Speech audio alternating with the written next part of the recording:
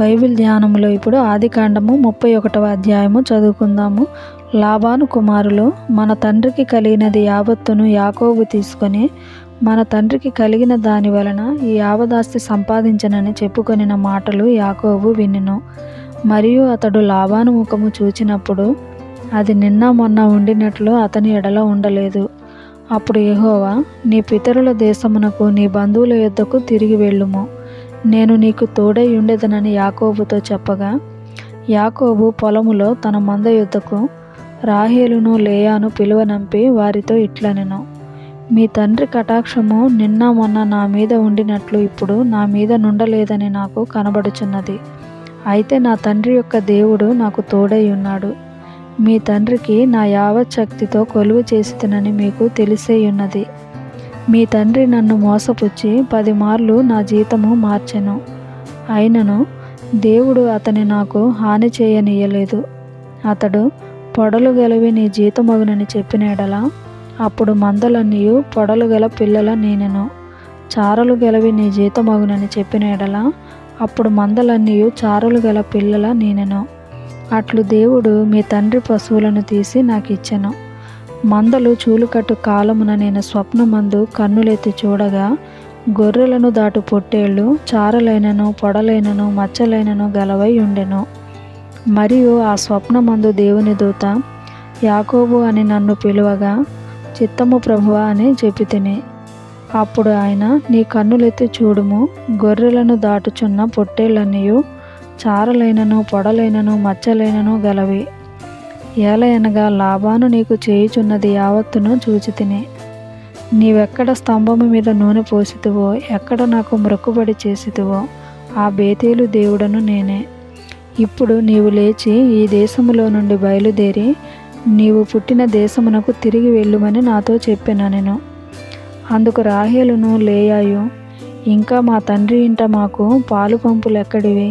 అతడు మమ్మను అన్యులుగా చూచటలేదా? అతడు మమ్మను అమ్మివేసి మాకు రావలసిన ద్రవ్యమును బొత్తుగా తినివేసెను. దేవుడు మా తండ్రి యొద్ద నుండి తీసివేసిన ధనమంతయు మాదియు మా పిల్లలదినే ఉన్నది గదా.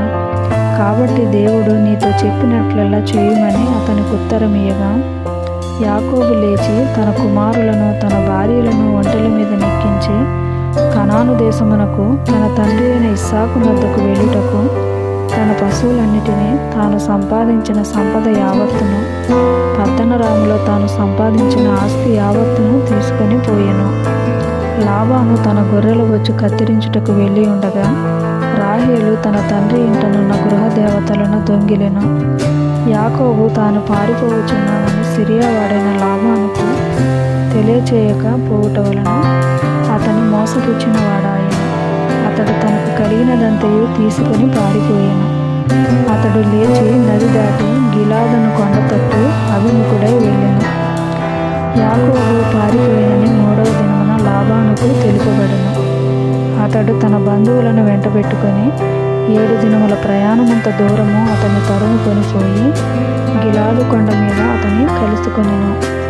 ఆ రాత్రి స్వప్నమందు దేవుడు సిరియావాడైన లాబాను వద్దకు వచ్చి, నీవు యాకోబుతో మంచిగాని చెడ్డగాని పలుకకు, జాగ్రత్త సుమి అని అతనితో చెప్పెను. లాబాను యాకోబును కలుసుకొనెను. యాకోబు తన గుడారము ఆ కొండ మీద వేసుకుని ఉండెను.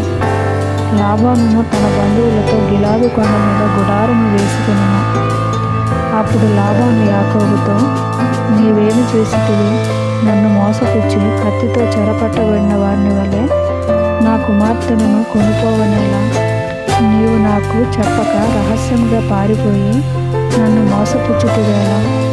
సంభ్రమముతోనూ పాటలతోనూ మద్దెలతోనూ సితారాలతోనూ నిన్ను సాగనంపుదును. అయితే నీవు నా కుమారులను నా కుమార్తెలను నన్ను ముద్దు పెట్టుకొననీయక పిచ్చిపట్టి ఇట్లు చేస్తుంది. నీకు హాని చేయుటకు నా చేతనవును. అయితే పోయిన రాత్రి మీ తండ్రి యొక్క దేవుడు, నీవు యాకోబుతో మంచిగాని చెడ్డగాని పలుకకుము, జాగ్రత్త సుమి అని నాతో చెప్పెను. నీ తండ్రి ఇంటి మీద బహు వాంఛగలవాడవై వెళ్ళగోరిన ఎడల వెళ్ళుము. నా దేవతల నేల దొంగిలితివనగా యాకోబు, నీవు బలవంతముగా నా యొద్ద నుండి నీ కుమార్తెలను తీసుకొందివేమో అనుకుని భయపడి తిని. ఎవరి యొద్ద నీ దేవతలు కనబడునో వారు బ్రతకకూడదు. నీవు నా యొద్దనున్న వాటిని మన బంధువుల ఎదుట వెదకి నీ దానిని తీసుకొనిమని లాబానుతో చెప్పాను. రాహేలు వాటిని దొంగిలినని యాకోబునకు తెలియలేదు. లాబాను యాకోబు గుడారములోనికి, లేయా గుడారములోనికి, ఇద్దరి దాసీల గుడారములలోనికి వెళ్ళను గాని అతనికి ఏమీ దొరకలేదు. తర్వాత అతడు లేయా గుడారములో నుండి బయలుదేరి రాహేలు గుడారములోనికి వెళ్ళెను. రాహేలు ఆ విగ్రహములను తీసుకొని ఒంటె సామాగ్రిలో పెట్టి వాటి మీద కూర్చుండెను. కాగా లాబాను ఆ గుడారమందంతటను తడవి చూచినప్పటికీ అవి దొరకలేదు. ఆమె తన తండ్రితో, తమ ఎదుట నేను లేవలేనందున తాము కోపపడకూడదు, నేను కడగానున్నానని చెప్పాను. అతడెంత వెతికినను ఆ విగ్రహములు దొరకలేదు. యాకోబు కోపపడి లాబానుతో వాదించి అతనితో, నీవిట్లు మండిపడి నన్ను తరుమనేలా? నేను చేసిన ద్రోహమేమి, పాపమేమి? నీవు నా సమస్త సామాగ్రి తడివి చూసిన తరువాత నీ ఇంటి వస్తువులన్నిటిలో ఏది దొరికిను? నా వారి ఎదుటను నీ వారి ఎదుటను అది ఇట్లు తెచ్చిపెట్టుము. వారు మన ఉభయుల మధ్య తీర్పు తీర్చుదురు. ఈ 20 ఏండ్లు నేను నీ యొద్దనుంటిని. నీ గొర్రెలనైనను మేకలనైనను ఈచుకొని పోలేదు. నీ మంద పొట్టేళ్లను నేను తినలేదు. దుష్ట మృగముల చేత చీల్చబడిన దానిని నీ యొద్దకు తేక ఆ నష్టము నేనే పెట్టుకొంటిని. పగటి యందు దొంగిలింపబడిన దానినేమి, రాత్రి యందు దొంగిలింపబడిన దానినేమి నా యొద్ద పుచ్చుకొంటివి. నేను ఇలాగుంటిని.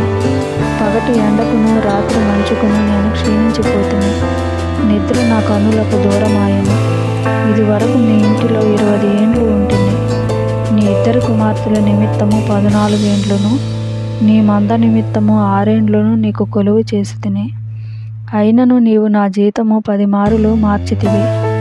నా తండ్రి దేవుడు, అబ్రాహాము దేవుడు, ఇస్సాకు భయపడిన దేవుడు నాకు తోడై ఉండని ఎడల నిశ్చయముగా నీవు నన్ను వట్టి చేతులతోనే పంపివేసి ఉందువు. దేవుడు నా ప్రయాసమును, నా చేతుల కష్టమును చూచి పోయిన రాత్రి నిన్ను గద్దించనని లాబానుతో చెప్పాను. అందుకు లాబాను, ఈ కుమార్తెలు నా కుమార్తెలు, ఈ కుమారులు నా కుమారులు, ఈ మంద నా మంద, నీకు కనబడుచున్నది అంతయు నాది. ఈ నా కుమార్తెలనైనను వీరు కనిన కుమారులనైనను నేడు నేనేమి చేయగలను? కావున నేనును నీవును నిబంధన చేసుకొందము రమ్ము. అది నాకును నీకును మధ్య సాక్షిగా ఉండునని యాకోబుతో ఉత్తరమియ్యగా, యాకోబు ఒక రాయి తీసుకొని దానిని స్తంభముగా నిలవబెట్టెను. మరియు యాకోబు రాళ్ళు కూర్చుడని తన బంధువులతో చెప్పెను. వారు రాళ్ళు తెచ్చి కుప్ప వేసిరి. అక్కడ వారు ఆ కుప్ప యొద్ద భోజనము చేసిరి. లాబాను దానికి యగర్ సేహదూత అని పేరు పెట్టెను. అయితే యాకోబు దానికి గెలేదు అని పేరు పెట్టెను. లాబాను, నేడు ఈ కుప్ప నాకును నీకును మధ్య సాక్షిగా ఉండునని చెప్పెను.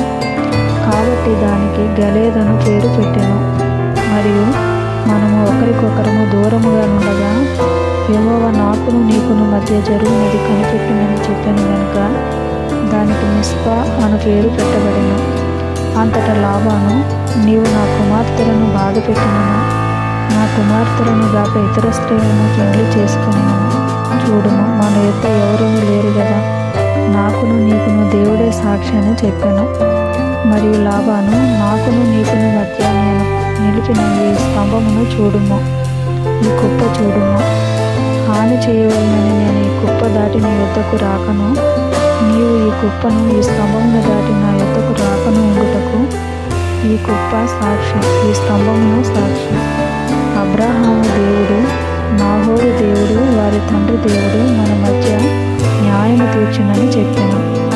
అప్పుడు యాకోబు తన తండ్రి అయిన ఇస్సాకు భయపడిన దేవుని తోడని ప్రమాణము చేసెను. యాకోబు ఆ కొండ మీద బలి అర్పించి భోజనము చేయుటకు తన బంధువులను పిలువగా వారు భోజనము చేసి కొండ మీద ఆ రాత్రి వెళ్ళబుచ్చిరి. తెల్లవారినప్పుడు లాబాను లేచి తన కుమారులను తన కుమార్తెలను ముద్దు పెట్టుకుని వారిని దీవించి బయలుదేరి తన ఊరికి వెళ్ళిపోయెను.